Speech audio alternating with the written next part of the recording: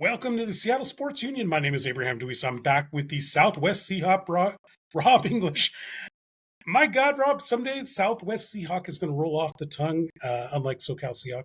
But it's great to have you back, and we're fresh off a victory against those Miami Dolphins, and it feels like almost a Pyrrhic victory in the respect that, yes, we crushed them, we stomped them, we smashed them, but did we really like stomp them, crush them, smash them? Yeah, it does seem a little bittersweet, right? But I look at it like this.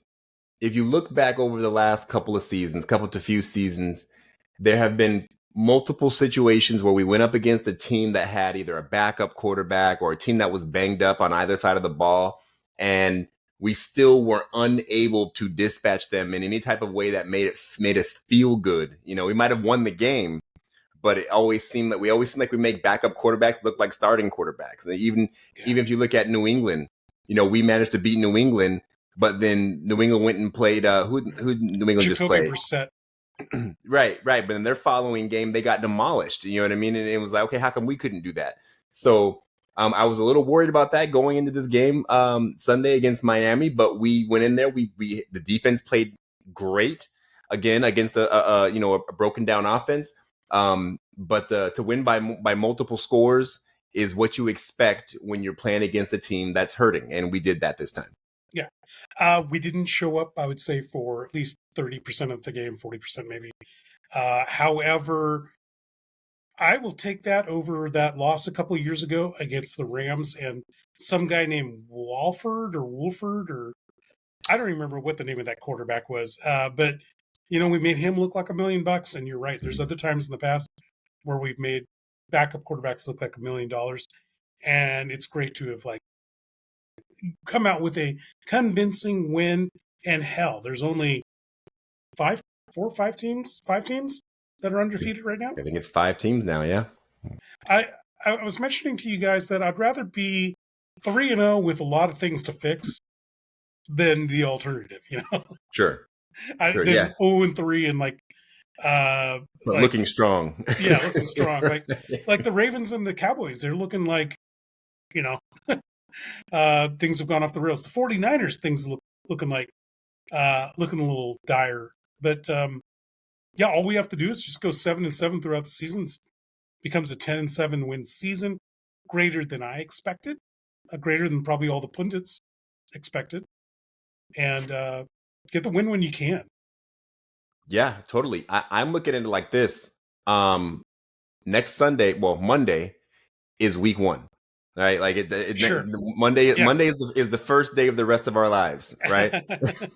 Right, because that's really going to be we've had 3, we had 3 extra preseason games, and we came out looking good. Now Monday we're going to have a real test, right? This is going to be a task against Detroit, and I look at it like this though. However you feel about the Seattle team as it currently sits, we have some precedents here. The last 2 years, we've played against a Detroit Lion football team that was on its way upward trajectory, and we were not favored in either of those 2 games, and we won both of them.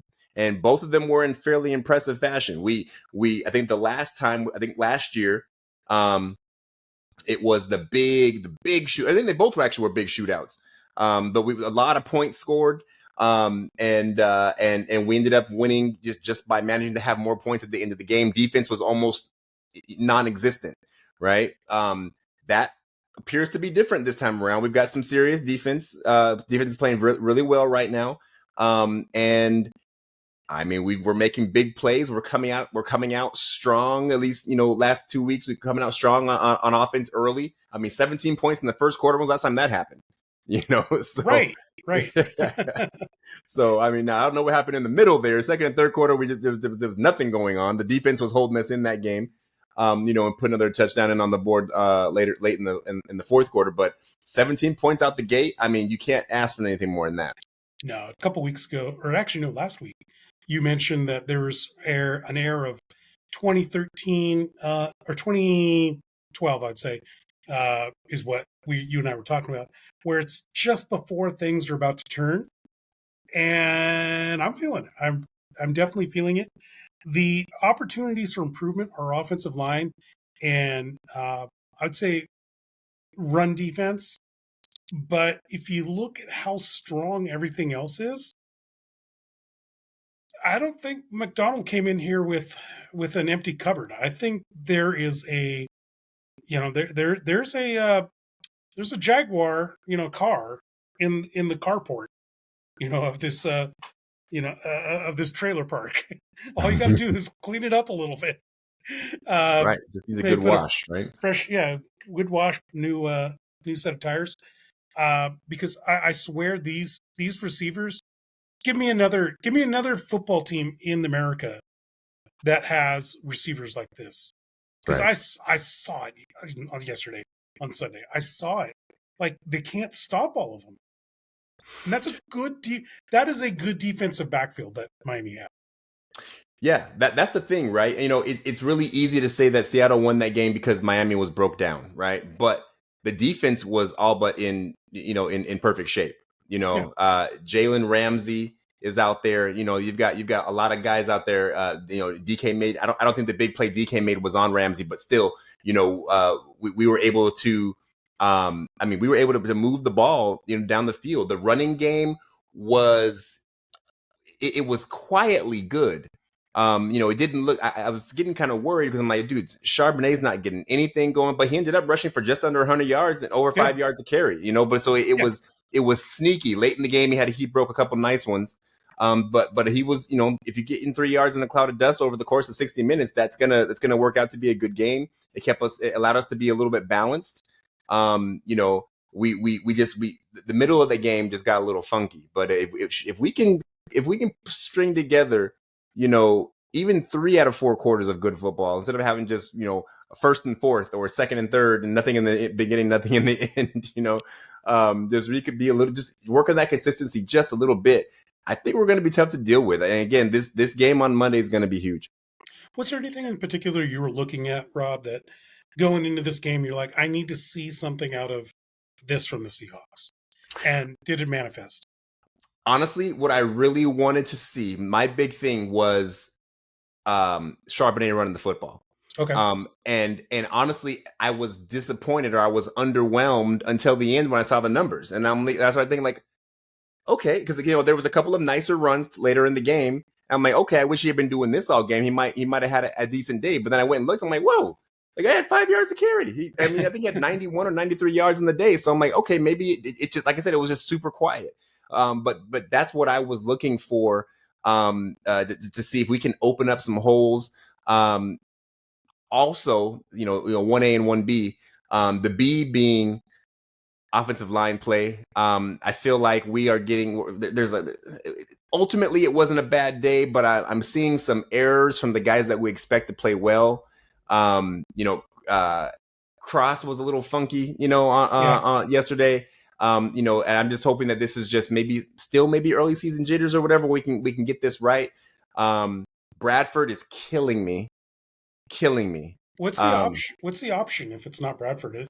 Do we look to Haynes, the rookie, or is it kind of rough to put a rookie out there? I think it's pick your poison at that point, right? How do you fix that? I don't know how you fix it. I think you stick with Bradford, but he seems almost like a lie. He reminds me of J.R. Sweezy, but not for personal foul penalties, just for whiffing on blocks and or holding penalties or false starts. Just something like Bradford, get your head in the game. Yeah. I don't know what the fix is there. Maybe just continuing to move forward and then maybe they can just gain that continuity and they'll get it right. But again, we almost have to split hairs at this point because we're 3-0. Yeah. And the frustration here is I don't. When Bradford gets blown up, I'm not as angry as a false start or a holding or something that's up here bothers me way more than because you're just going to run into better players at times, right? Right. Like and if that happens, well, you got to leave a running back in or a tight end in to help block. But if you're 11, were there 11 accepted penalties against the Seahawks? I believe. I think it was something around that. Yeah. That's just too much. I that's got to get cleaned up, or else these wins end up being losses against good teams. Yeah, for sure. Yeah, we have to play good, clean football. You know what I mean? Because I don't know that we are good enough to, to be able to make it past that hump of not being able to get out of our own way and still, go out and win football games. We got to play clean football. We play clean football, then, the players that we have, we can go out there and we can compete. But if you're making a play but 15 yards, 20 yards down the field, but it's coming back, what I'm saying, instead it's a minus 10-yard play because somebody held, or instead of, whatever the case may be, those things are hard for a team like us to overcome. I don't think we're quite there yet.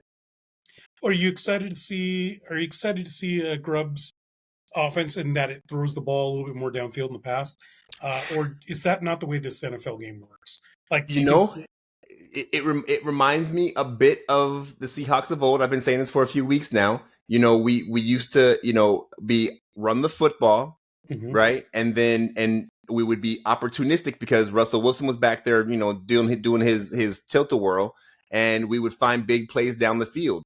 Just enough of those big plays down the field to, to just take the wind out of the sails of these defenses, Yep. and win games for us. And we've been doing that this year. DK has been a driving force. And then even on underneath plays, Jackson Smith and Jigba has been catching the ball on the run and being able to, wiggle his way through for extra yards. So, to your point you made earlier, I think we are in a really, really good situation to have, which is we might have one of those, the cliche, we have too many weapons. Yeah. We might be in that kind of situation, is if we can just clear up just a couple of things. Who's to say that the Niners are so much better than us? I agree with that because I look at the spray charts for the different quarterbacks throughout this last week, and we're one of the few teams that throw the ball down the field. There are a ton of teams just passing to running backs out of the backfield and nothing else. I like that we're taking chances. I really do, and I caught the last quarter of the Niners Rams game. Niners don't look special. Like, they have special players, but whatever this iteration is does not look, you know, uh, it doesn't look like the 49ers of the past. Well, Just I, week 3, I get it, but like, yeah, that also, and if we have to be totally fair, their special players aren't even on the field, right? true. McCaffrey's not there, Debo's not there. I think I think their tackle just went out as well. They're banged up, so but I mean their defense I believe is mostly healthy. You know what I mean? But if you're not scoring points, my whole thing is this, is Brock Purdy was getting all this, MVP this, and I'm like, listen, knock it off. The wife, she's a 49er fan. I get trying to tell her, like, listen, Purdy is a decent quarterback, but if you were to, I'm like, Jessica, you could go play quarterback in San Francisco if you wanted to with all those weapons out there, but when he has not had all of his weapons, that team seems quite a bit more human. And now it's happened early. You know what I mean? So, this team, I mean, they're who would have thought they'd be under 500 and going into week 4?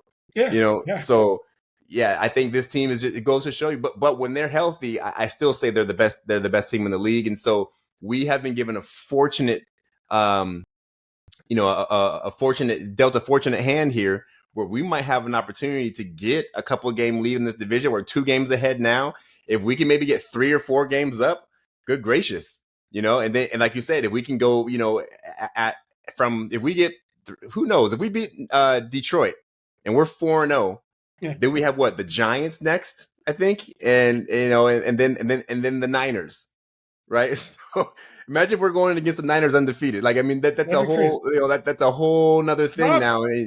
Rob, are you excited? You sound excited. Do I sound excited? You sound excited. I'm not the same doom and gloom person as I normally seem like, right? I'm excited. I admit it. Like, I was at the game, and I enjoyed squashing a team for a change. Like, it just seems like the last handful of years, it's been hang on with your fingernails, and we might win, we might lose. Flip of the coin. You're supposed to beat bad teams, and that's what we Right. did. And this all of a sudden goes from what I thought might be a six game to 8 game team to, I think 10 wins is not out of the question. I have to agree. I mean, again, let's just look at the next couple of games, right? We've got the next 3 games: Detroit, New York, San Francisco. Now, by the time we get to San Francisco, they're probably going to be more or less healthy, right? They're going to be better. They're going to be better anyway. I don't know if they're going to be fully healthy, but if we can just snatch one of those games, like I'm going to go ahead and assume, I know you don't sleep on any teams, you don't assume any wins, but I'm going to go ahead and assume that we beat New York, right? New York Giants, the football Giants. So there's another one. That's 4 wins. Now, if we can just snatch one or the other, whether it's Detroit or San Francisco, right? That's we're looking at what, 5-1, and then we have a little bit of a stretch after that. You know what I mean? So, but go into that stretch 5-1. I 500 on the rest of the year, we're going to be sitting okay. I looked at what Goff has been doing this season. He's not been very good. He has not been good at all. That is a run dominant team, and I just, I think, and I messaged you earlier today, I think we get our first big test next week, and I think it's I think our run defense has got to prove it to me, and if they prove it to me, all of a sudden I'm dancing on cloud 9. For sure. I would even go so far as to say, like, I'd like to see us just sell out on the run almost. You know what I mean? Yeah. Within reason. Like, let's just decide that we're gonna stop the run. Let's make Detroit win with the pass. Let's make Goff drop back and hit the receivers. Let's get some, maybe not one-on-one, but let's make him beat Devin Witherspoon. Let's make him beat Rick Woolen. Yeah. Let's make him beat ourselves. Let's make him beat us, and let's not let Jahmyr Gibbs get off. Let's not let that team get balanced. Let's force them into one dimension and see if they can beat us with that. I think that would be a way to go. Yeah, and I is that a morning game? That game is at Detroit, so yeah, that'll be at 10 a.m. our time. Okay, so I want everybody out there to get their ham and eggs ready and get their or get their breakfast cereal. No. I'm sorry, I misspoke. No, that's the Monday night game. That's the Monday night game. Oh, it's a Monday night game. It's Monday night. Then I want everybody to leave work early. Right. Hell, don't even show up to work if I don't care. I will certainly be closing I work from home, so I'll be closing my laptop in plenty of time, because actually we have another Monday doubleheader like we did tonight. We have another one next week as well. I think it's the second game. Okay, so it's going to be the second of the 2 games. So we'll have time. But I'm going to be preparing myself early. I can't have work in my brain when I'm getting ready to watch the Seahawks. I've got to decompress, from doing IT stuff and then just do Seahawk stuff. Yeah, no, there's definitely going to be me. There will be. I've already decided I'm going to go to my calendar. This is advice for everybody out there. If you work a 9-to-5 job, go to your calendar and Outlook, schedule a meeting, from 2:00 till 5:00, Right. and just call it meeting, and get yourself home, because this has got me excited. Mike McDonald has me excited. Geno Smith, even though he had one real bonehead play, just a solid game for at least 3 of those quarters, right? Yeah, and honestly, I'm not even really okay. He's got 3 picks in the season now, and because he threw 2 on Sunday, and did he have one in both the first 2 games? Yes. Or just he didn't throw one against Denver, did he? He had one today, or one yesterday, I thought. Did he have 2? I think he had 2 yesterday. Okay. Then he must have had one against the previous week. Yeah, because there were none against the Broncos. Right. Okay. So I have a hard time blaming him for either of them. There was one against the Broncos. That's the one where everything went wrong in the first. Okay. Anyway, he's got 4 picks in the season. All right. So he's thrown one more pick than games played. Not great. But I don't know. I didn't really. I wasn't mad about the picks, because I think both of them were tipped balls. Now maybe he was forcing. I think one of them he kind of forced it, a little bit. But I mean, I don't think all interceptions are created equal, right? That's true. That's true. No, if you toss the ball to the other color jersey, that's a different story than if you try to force one in there, bang bang play, ball just tipped up and into a waiting defender's hands. I don't have as much of a problem with that as I do is if you just didn't see the guy. You know what I mean? Yeah. You let a linebacker just fall back in his zone right into your right into your throwing path. That's a different situation. So I'm not quite worried yet about the picks he's thrown. Outside of those, he's been efficient. He's tallying up yards. I think he threw for 289 yards yesterday. I mean, he's up there with the better quarterbacks in the league so far this year. I think you're in my camp. This is a good enough quarterback to go deep. Like I think, especially when you look at the price range for what Gino accepted as a salary, this is a top 15 quarterback, Easily top 15. top 10, Yeah. maybe even. You could argue. You could argue. I mean, if you take away the stats, no numbers, then now you have to fight with somebody. But if you look at the numbers, you truly cannot argue. Well, then it's certainly top 15 and then maybe top 10. Yeah, definitely. And then when you think about, as I look around the league, there are a lot of young quarterbacks, and honestly, when I look at Sam Darnold, I realize, I think people are pushing quarterbacks way too early. Mm-hmm.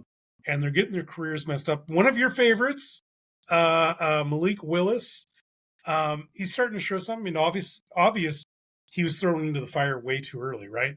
And needed much better coaching than what he had at Tennessee. It seems like anybody that goes to Tennessee, they get bad coaching and they suck. But it's. I'm going to go ahead and say that and take the opportunity right now just to. I actually meant to text this to you earlier that Malik Willis is about to prove me right again, righter than Abraham DeWeese anyway, because I said that kid was good. I liked him. At Tennessee. He didn't have a great showing in that time, but he's out there in Jordan Love's stead in Green Bay, playing decent football. He's delivering the ball on time. He's doing it. I'm going to put my flag in the ground. He looks different at Green Bay. And I think I think a lot of this bigger scope thing for quarterbacks really matters where you land, because we look at where Bryce Young landed. Obviously, they have no idea how to use him. It seems like a lot of young quarterbacks get thrown out there to the wolves, and you see Dalton's doing great. You see, Malik Willis is doing good. Justin Fields seems to be doing good with a change of zip code. I'm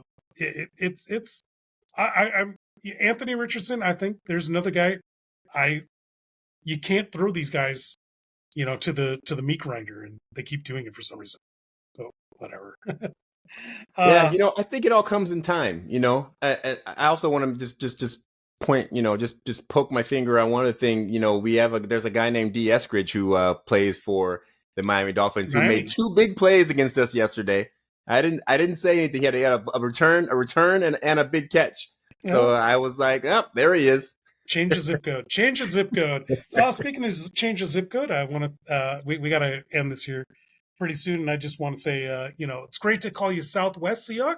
You have changed your zip code to a different location, so no longer SoCal. But where can people find you on social media? Well, you can find the podcast that's going to be rebooted here shortly. Short Yardage with the, I guess it's not Southwest Seahawks, on Spotify, Podbean, Apple Podcasts. So please tune into that. We're going to get that going here. Awesome, and you can see Southwest also here on Seattle Sports Union along with me.